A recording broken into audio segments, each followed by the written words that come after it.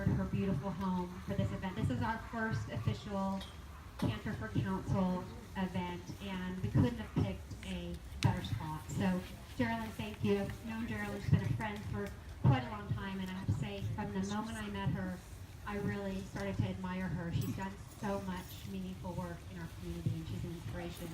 The fact that she would be supporting me in this new endeavor just means so much to me. So thank you, my dear. And then some other people I need to thank as well. We have a number of underwriters tonight, and I'm going to read them off. It's Art Lipson, Julie McAdams, Marcia Price, Jennifer Price-Wallen, and Margot Sylvester. Thank you all for your enormous generosity.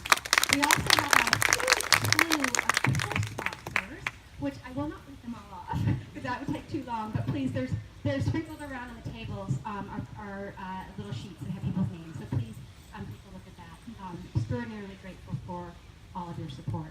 And then also, I'd like to acknowledge some of the people that we have with us tonight. Some elected officials have graced us with their presence. We have Jenny Wilson, who I think might have just left, of the Salt Lake County Council. Good friend, along with Mayor Ben McAdams. Jenny was the one who recruited me to run for this seat.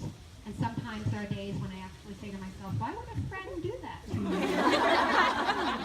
but no, I was honored to be encouraged by those guys. Let's see, who else do we have? We have Representative Carol Stacklin Moss is here. Am I right? Yes. If you ever want to get anything done on education in the state of Utah, find Carol Stacklin Moss. That's her thing. We're honored to have her. Councilwoman Michelle Weeks is here with us as well, from Draper, out of Minehead. Michelle and I refer to as the South Valley Democrats. We're trying to move the South Valley a little bit more blue. And let's see, I'm not sure we have any other electeds. I know we have Karen Shepard, former House Representative. And then we have some candidates with us tonight as well. We have John Harper, who is where? There he is in the back, running for Attorney General. As you probably know, Josh and I, when we formed Alliance for a Better Utah, one of the things that we were trying to pursue was to get more transparency and accountability into Utah, into the Utah political landscape. And that is something that John is trying to do with the Attorney General's office. So please vote for him. And we also have Selena Milner here, and she's ready. There she is, running for Senate District 6 in West Valley. Super candidate, so please vote for her as well. Okay, I think that's it on my to-dos. If I forgot anybody, please forgive me.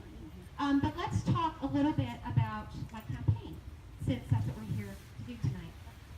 For those of you who were at the county convention, you may remember that I talked about a window of opportunity and the idea that there are moments in history when we need to seize opportunities for change.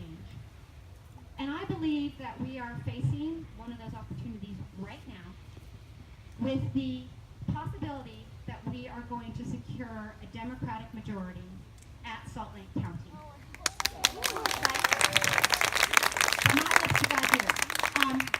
And the reason that's really important for this particular seat that I'm seeking is that this seat, which is the countywide seat, is the best chance we have of securing that Democratic majority, not just at the county, actually in the state, in any government in the state.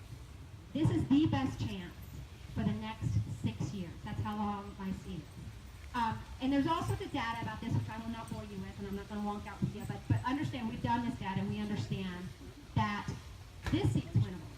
There's other seats that aren't. The other Republican-held seats on the county council right now are not winnable. This one is. And let me tell you why that's the case.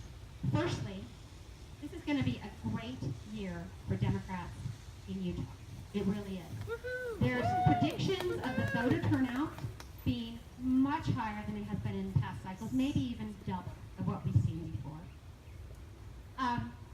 You also have a number of upstream races, one in particular, Doug Owens of the 4th Congressional District, getting a lot of attention, particularly on the national stage.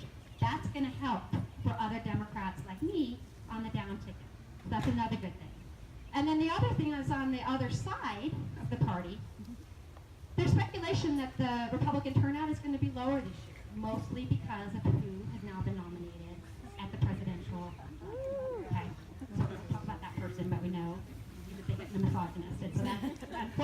scary, but it's actually going to help Democrats. So that's why it's winnable from sort of a global perspective.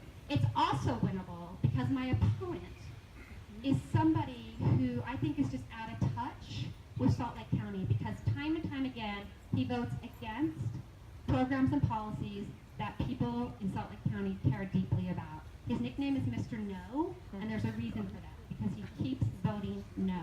I have a more positive vision. I know I'm going to have to say no at times, but I'd like to be able to first try to figure out how you creatively and innovatively say yes, and that's my goal. So that means we can win, and we're going to win. And when we do, let's think about what we will have accomplished. Firstly, we will have helped to close the gender gap in Utah political office. And the statistics on this are depressing.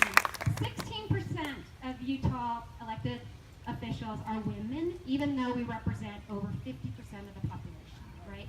And one of the reasons I decided to run for this seat was that I realized that real systematic change happens in government. So if women are underrepresented in government, then we've left this huge source of insight and talent on the side when people are making critical policy decisions. And that's both wrong and just not smart. So we're going to fix that, one woman at a time, Selena. And then also, when we win this seat, we're going to be able to provide opportunities for others. So our opportunity is going to transfer to other opportunities, because we're going to be able to push real progress on important issues like criminal justice reform and homelessness, gender wage gap, air quality, public transportation, which, believe it or not, is a really big issue in Salt Lake County right now. And it's only going to get worse because the population of Salt Lake County is going to double in the next 20 to 30 years. So public transit, huge issue that we have to be smart about. And then lastly, an issue that's dear to my heart, LGBT issues. I really do not think we're going to make real progress on those issues without a Democratic majority at Salt Lake County. So, but here's the catch on the whole thing. There's always a catch of a story. Even though I'm confident we're going to win, I cannot do it by myself. I can't. I'm a complete control freak, and I hate to delegate, but this is one that I'm not going to make it on my own. So I'm going to need the support of others. I'm going to need your support. So if you've made a donation to my campaign already, thank you, thank you. If you haven't, please consider doing that tonight. And if you can't do that, but you have time to volunteer, that's just as valuable to us. We are going to need an army to win this thing. And I have to say, there's nothing like a group of motivated women to make great things happen. So please, consider joining me. And I actually have a quote that I'd like to read. When you're thinking about how much you want to get involved in our campaign, think about this quote by F. Scott Fitzgerald, who said, "Our lives are defined by opportunities, even the ones we miss." So please, let's not miss this opportunity. Let's seize it with all the guts and gusto that women power has available to it.